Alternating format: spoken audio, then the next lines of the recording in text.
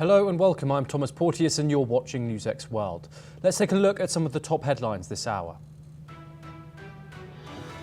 The Israeli army issues an urgent evacuation order before striking a high-rise in southwest Gaza City, saying Hamas is using the site for terror operations. Residents of Al-Roya Tower and nearby tents are told to move south to the humanitarian zone in Al-Mawasi. President Donald Trump says India and the United States share a special relationship despite tensions over tariffs and Russian oil purchases. Trump insists there is nothing to worry about, calling such disputes only moments on occasion.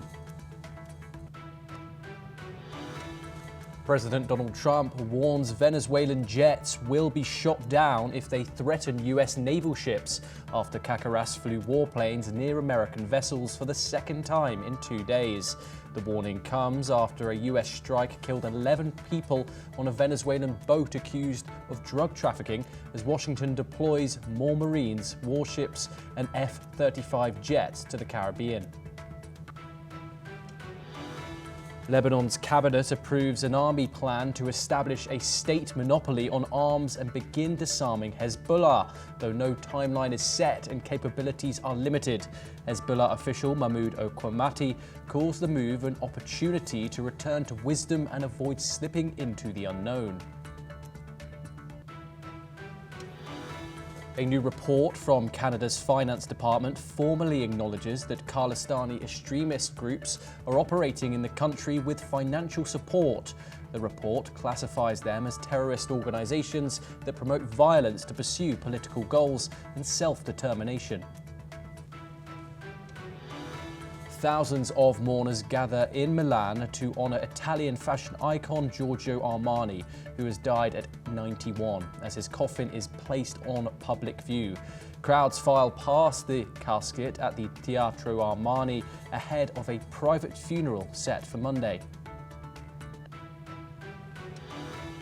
The mother of Israeli hostage Matan Angrest says she was told her son's life is in immediate danger over an unknown phone call, marking the 700th night in captivity.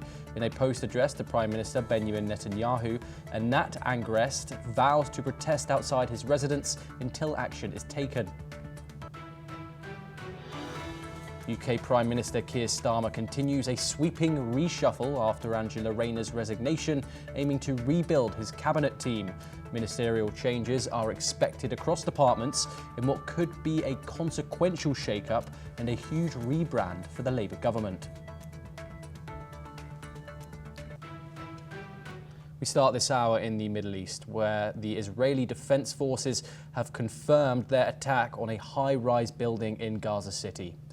Mushtaha Tower, located in the western part of the city near large tent camps sheltering Palestinian civilians, was targeted. The IDF stated that Hamas was using the building, which contained intelligence gathering equipment and observation posts, to monitor IDF troop movements in the area. The IDF further claimed that prior to the strike, steps were taken to mitigate harm to civilians. We're now joined by Ahmed Fatwa, who's a spokesperson for the Fatah movement, and he joins us live from Ramallah. Thank you very much, Ahmed, for joining us here on the programme. Your thoughts on Israel's continued offensive on Gaza City, and how much do we know about this building that has been targeted by the IDF and their intentions here? Thank you for having me. It's an honor to be with you today. Pleasure. First of all, Israel has been committing war crimes for the past 2 years, and each time they claim false claims that appear to later to be lies. They bombed hospitals, saying there's headquarters under these hospitals that appear to be false.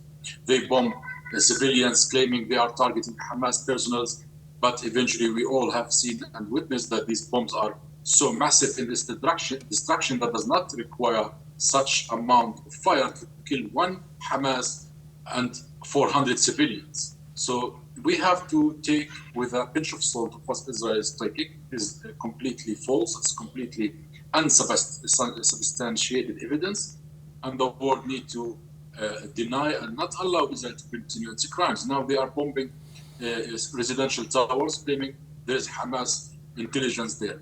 So here we have to ask how many times we hear these issues, how many times we are going to allow Israel to break the international law, to break the war Geneva Conventions and the war principles by allowing them to target civilians. Ahmed, Ahmed, it's all right. The IDF has stated that Hamas was using this building, which contained intelligence gathering to monitor IDF troops in the area. The IDF also claimed that it has done steps to mitigate harm to civilians. How credible are these claims by the Israeli military? But they are also calling to destroy all the towers. Are Hamas using all the towers? They are asking 1 million human beings to evacuate. Does that make sense? The number is very large. They are not talking about one building or two. They are talking about entire city. So that is madness. That is against the law. These what claims that they say is unsubstantiated. We have to see the proof, the evidence they say. They just say words, but nobody is actually putting these words into test to ask them and to investigate further about these claims. By the way, Israel headquarters or the IDF headquarters is in the middle of Tel Aviv. Does that mean that if Iran is going to go to war with Israel or any state would bomb Tel Aviv and destroy all the towers in Tel Aviv because they want to target the headquarters of the IDF? That is, of course, nonsense. That is against the law. So we have claims that is unproven, and also we have evidence in ground that says that they want to target all towers, which is evidence that they are after the entire city, to demolish the entire city. And we have seen by evidence now that they whipped out the south, whipped out the north, and now they are moving into the eastern side of Gaza. The only little land left for the people to live without fear. Yes, Ahmed, do stay with us. We have further updates from the region. The Israeli Defense Forces have issued urgent evacuation orders in Gaza City, warning residents to leave ahead of strikes on a high-rise it claims houses Hamas infrastructure. Civilians are being directed towards a designated humanitarian zone in Al-Mawasi as Israeli forces intensify operations and push deeper into the city's remaining strongholds. Let's listen in to the Israeli military spokesperson. إعلان المنطقة الإنسانية في قطاع غزة إلى سكان مدينة غزة وكل المتواجدين فيها. يشن جيش دفاع عملية لحسم حماس داخل مدينة غزة. فابتداء من هذه اللحظة وبهدف التسهيل على من يغادر المدينة، نعلن منطقة المواسي منطقة إنسانية حيث تجرى فيها عملية توفير خدمات إنسانية أفضل. يخصص شارع رشيد كطريق إنساني، حيث وفي هذه المرحلة بالذات يمكنكم المغادرة عبره بسرعة وبالمركبات دون تفتيش.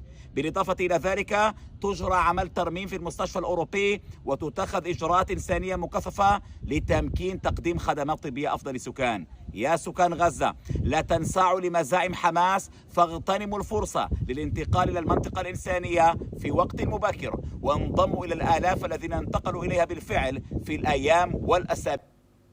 That was the Israeli Defense Forces spokesperson there, saying that Israel has obviously issued evacuation orders in Gaza City to move, for the civilian population to move down to a humanitarian zone, as it calls it, in Al-Mawasi. Ahmed, what more can you tell us about the area of Al-Mawasi? Is it, as Israel calls it, is it a humanitarian zone? There is no safe zone in Gaza. There's no humanitarian zone in Gaza. There's no food in Gaza. What the IDF spokesperson says is only mere lies. The Al-Mawasi has been targeted several times, and we have witnesses, and we have evidence, and we have videos. They are not restraining their military to any place or location on Gaza. They are targeting everything, and they are preventing humanitarian aid, as you know, and as everybody know by now. So these claims are false, and we have to take into consideration what Netanyahu just said yesterday, that he wants the Palestinian people to immigrate, which is actually to ethnic cleanse them, and blaming Egypt and the Arab neighbors for not accepting immigration. The Arab neighbors are stopping this crime, and when we look at the process of the Israeli military offense in Gaza, we find that comes hand in hand in an aim for the ethnic cleansing of the Gaza, and we have to also take into consideration the greater Israel plan. The grand imagery, the grand picture that they are going after the ethnic cleansing. This has nothing to do with Hamas. These are false claims. They want to remove all towers in Gaza, claiming this is Hamas. So now everything Israel do claim, and the world is just going to say, okay, continue. They want to bomb hospitals, schools, kindergartens, anything, and this is will be somehow in this age accepted. Of course, these are lies and mere lies. Israel is aiming for an end of the Palestinian state and to erase the Palestinian state as said by the government, by the finance minister, by the settlements minister, by the prime minister. I don't know how many ministers are required to speak about genocide in order for the world to take action. Hamas is not the actual target here. The actual target is the Palestinian people. And aid must be continued in order for the humanitarian agencies to come to its work. Ahmed, do stay with us. You are discussing further updates from the ongoing crisis. We have some more information for the viewers. According to reports, Israeli forces have been carrying out an offensive on the suburbs of the northern city for weeks after the Israeli Prime Minister Benjamin Netanyahu ordered the military to capture it. The Israeli military said that the Gaza residents to flee to the humanitarian zone in the south ahead of a planned offensive to capture the territory's largest urban centre. The assault threatens to displace hundreds of thousands of Palestinians sheltering there from nearly 2 years of fighting. Let's listen to some people on the ground. المناشير نزلة يعني بدهم ايانا ننزح، ليش ننزح؟ طب ما وين مكان الضرب؟ هان ضرب وفي الجنوب ضرب، الشهداء هان وشهداء هناك، يعني على الفاضي بس بنتعب حالنا وايجارات، من وين نجيب ايجارات؟ من وين نجيب سيارات؟ مش موجود هذا كله، مش قادرين نطلع، احنا خلص احنا من الموت هنا مش طالعين، تعبنا احنا تعبنا، نزحنا قبل هيك على الجنوب. ورحنا هناك برضه هناك كان شهداء وقصف، وين ما نروح قصف هناك، ومن منطقه لمنطقه، من رفح لخان يونس، من خان يونس للدير، وين ما كان في قصف كان، وعوان روحنا هنا. هي القصه هي على الفاضي خلاص. منشور بدا جيش الاحتلال انه في منطقه انسانيه امنه جنوب، واحنا بنحكي انه فيش منطقه انسانيه بغزه، كل منطقه خطر، واحنا موجودين بغزه مش طالعين من المدينه حتى لو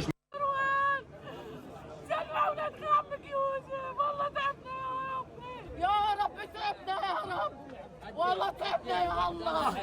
أنا وصلنا للبيت الأبيض، للأمريكان، للي بيبعتوا أسلحة تقتل الأطفال والنساء، بقول لهم اتقوا الله في شعب غزة، اتقوا الله في غزة. تعبنا وإحنا كل يوم ندفن أحباب، أطفال اتقدمت كثير، لا أب ولا أم. ندائي إلى الشعب الأمريكي، إذا عندك ذرة إنسانية، إذا عندك ذرة إنسانية وعطف إلى الأطفال والنساء، انظروا إلى شعب غزة، انظروا إلى شعب العالم. وينكم يا عرب؟ يا أمريكا، أليس لديكم أطفال؟ أليس لديكم أبناء؟ نحن أطفالنا تقتل وتباد، نحن نباد. We have some more updates now. Egypt has dismissed Israel's claims of voluntary Palestinian displacement. Foreign Minister Badr al-Balati has called it, quote, nonsense, saying famine and pressure are being used to drive Gazans from their land. His remarks came as Israeli forces pushed deeper into Gaza City, urging civilians to move south. Al-Balati, speaking alongside the UNRWA chief, Philip Lanzini, blamed Israel's intransiege for delaying a ceasefire deal. Badr al-Balati also added that he spoke with US envoy Steve Witkoff to push mediation forward. Let's have a look at what he said. إذا كان كما ذكر السيد لازاريني أن هناك مجاعة من صنع الاحتلال ومن صنع البشر، فهذا لدفع السكان للخروج من أرضهم. هذا لا هراء أن نقول أن هناك تهجير طوعي. لا، الشعب الفلسطيني يتمسك بأرضه ويتمسك بترابه الوطني ولا يرغب في أن يغادر أرضه. ولماذا يغادر؟ اتصال مطول بالأمس مساء أمس بعد عودتي من قبرص مع السيد ستيف ويتكوف المبعوث الأمريكي، وتحدثنا عن أن المقترح الأمريكي هو المقترح القائم حاليا والذي توافقت عليه حركة حماس والفصائل الفلسطينية، ويتعين العمل وتكثيف الجهود على تنفيذ هذا المقترح بأسرع وقت ممكن. We're once again joined by Ahmed Fatwa to discuss this further. Ahmed, your thoughts on Egyptian mediation efforts during this conflict? Of course, they are joined by Qatar and the United States as well. How have you thought of their negotiations during this nearly 2-year conflict now? Egypt is trying its best to broker peace and to stop this genocide and stop the Israeli criminality in Palestine and their schemes of forcefully displacing the Palestinian people in the south, in Gaza, and their annexation in the north, in the West Bank. So Egypt is well aware and well prepared to face these schemes that is being announced by the Israeli occupation, by its government, by its army, by all the analysis that we have on the ground. Israel is aiming to use starvation and to use Hamas as an excuse to push the people from the north of Gaza into the south of Gaza and to push them into the borders of Rafah, into the Sinai Desert, which further will be used as an excuse to invade Israel. This is the scheme of the occupation. And the annexation plan in the West Bank has nothing to do with Hamas, but somehow it has been, passed by the government to reveal to the entire world that Israeli plan is colonizing Palestine. Their efforts now is to stop this madness, to stop this genocide. And as you hear the messages and the outcries by the Palestinian people in Gaza, this is heart-wrenching and the world needs to act. There is a supremacist regime that is dealing with the Palestinians as human animals. They said in the very beginning of this genocide. And now the world is required and is demanded to act. Israel is violating the international law, is violating the humanitarian law. Now, where is the war to stop that? Now, Egypt and the Arabs and Qatar are trying to pressure the United States to stop its unconditional support for Israel. And this impunity that is given to a criminal government. And also inside Israel, we have to look at the demonstrations by the Israeli and the families of the hostages that are against Israel, persons who said just 2 days ago that Netanyahu is going to an endless war and he does not care about the hostages. These evidence on the ground, all these statements, all these declarations has to print an image into the world to be careful and to see clearly that this is a colonial project and it is against the entire world consensus. We have to go to the two-state solution. We have to go with the peace process that will end this massacre. And we have reached a political agreement that Hamas should step down from power, and Hamas has signaled that they are accepting that. So Israel has no excuse to continue this genocide. Ahmed Fatwa, thank you very much for joining us here on the programme. Pleasure to talk to you as always. We now move east, and Japan's economic revitalization minister, Ryosei Akazawa, has stated that the broad trade agreement between Japan and the United States remains unsettled, despite a presidential order from Washington adjusting tariffs on automobiles and auto parts. Key orders regarding tariffs on pharmaceuticals and semiconductors have yet to be issued. Speaking after recent talks in Washington, Akazawa emphasized that without these orders, the deal cannot be considered finalized. Japan plans to continue pressing the US for the remaining tariff adjustments and will soon conduct a comprehensive analysis of the economic impact of the US auto tariff changes, as well as assess Japan's trade competitiveness relative to other countries. This development highlights ongoing complexities in the trade relationship between the two nations. We are now joined by our guest, Hyundai Sakai. He is a professor at Kansai Gaidai University in Osaka. Thank you very much for joining us, Professor Sakai. Japan's minister says this deal is still not finalized and remains unsettled. How far apart are Washington and Tokyo? How far are they on this? Well, this is a still fluid situation, but seems to be my impression is that the United States is very desperate in terms of the getting investment from Japan. So you mentioned, farmer and the semiconductors. These two big areas are basically for the United States to revitalize in the near futures. Now, actually, United States has lost semiconductor production power last 10 years dramatically, and with we all know that the rise of China. So, what the basic, background of this trade deal is about China. So, United States wants investment from Japan so much. This time, United States asking Japan for 555 billion. I'm sorry, 550 billion yen investment to United States, and farm and semiconductors are key areas. But also, we should not forget the other areas such as shipbuildings. Shipbuilding is actually key area for the Japan because, Japan for the United States as well, because this is related to the military. So yes, you say trade deal is not settled yet, but it's about more dynamic interactions between Japan and the United States in terms of what they can work together to revitalize United States industries.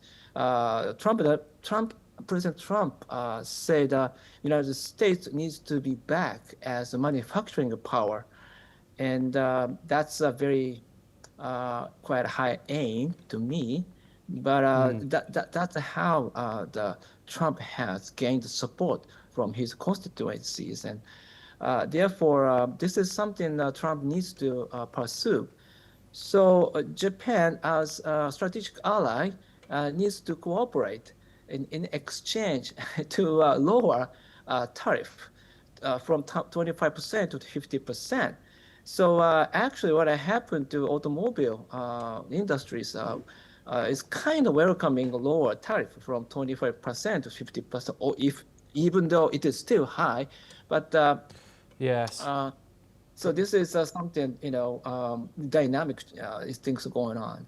Professor Sakai, thank you very much for joining us here on NewsX World and for taking the time to talk to us. We stay in the region now, and South Korean Foreign Minister Cho Hyun briefed the media that South Korean President Lee Jae-myung has ordered an all-out effort to respond to the arrests of hundreds of the nation's citizens in a large-scale raid at a Hyundai LG battery plant being built in the southern state of Georgia. Earlier, agents from U.S. Immigration and Customs Enforcement, otherwise known as ICE, and Homeland Security investigations arrested 475 people during the raid at the Hyundai plant. U.S. officials stated that the operation stemmed from a criminal investigation into allegations of unlawful employment practices and federal crimes.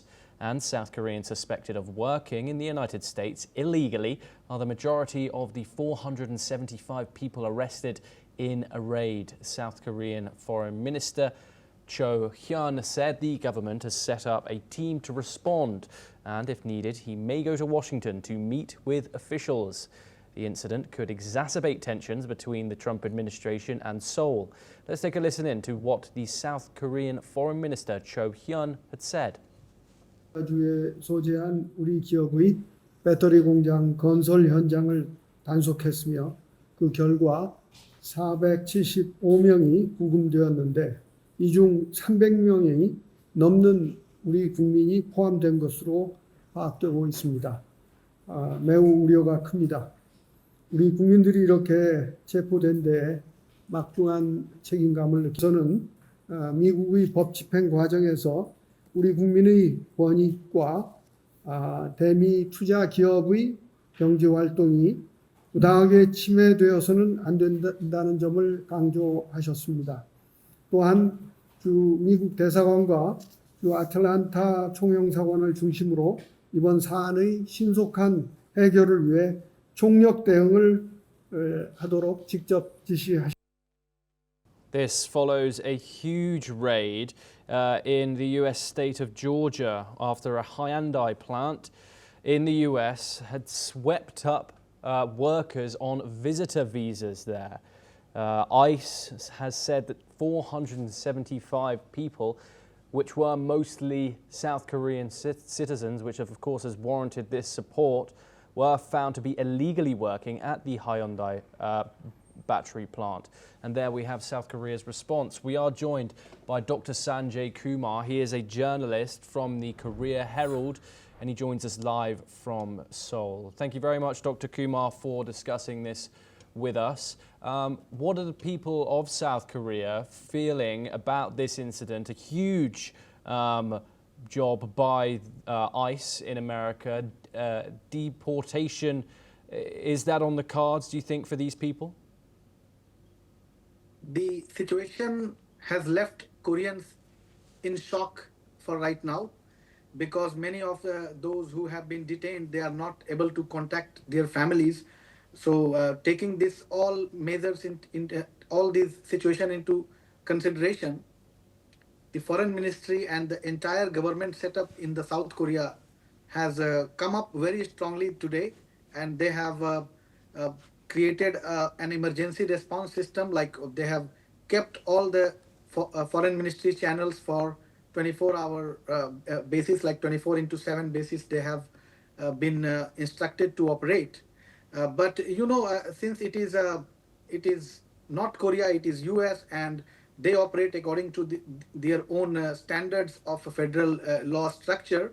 This case is not just a simple case of just detention or illegal immigration. You know, among these 300 Koreans, many of them were on either B1 visa or ESTA visa. So because of that, they were not able, they are not entitled to get involved in employment activities, especially long-term employment activities, and that is where the technicalities are coming out. So this is a huge concern there also. Although experts here in Korea are advocating for bringing those detained back here, and that looks the feasible solution for right now. But once these unlawful employment legal procedures get into, it may take months, and that will that would affect not only those who are detained, but also those of their families. So they can be in a very difficult situation, and that is why LG Energy Solution has cancelled all of the US trips of their employees. So it is sending a very negative as well as shocking signals to many here. Yes, thank you very much for giving us that insight, Dr. Sanjay Kumar. Pleasure. Well, that is all that we have time for, but we will continue to bring you more news updates from around the world. Thank you.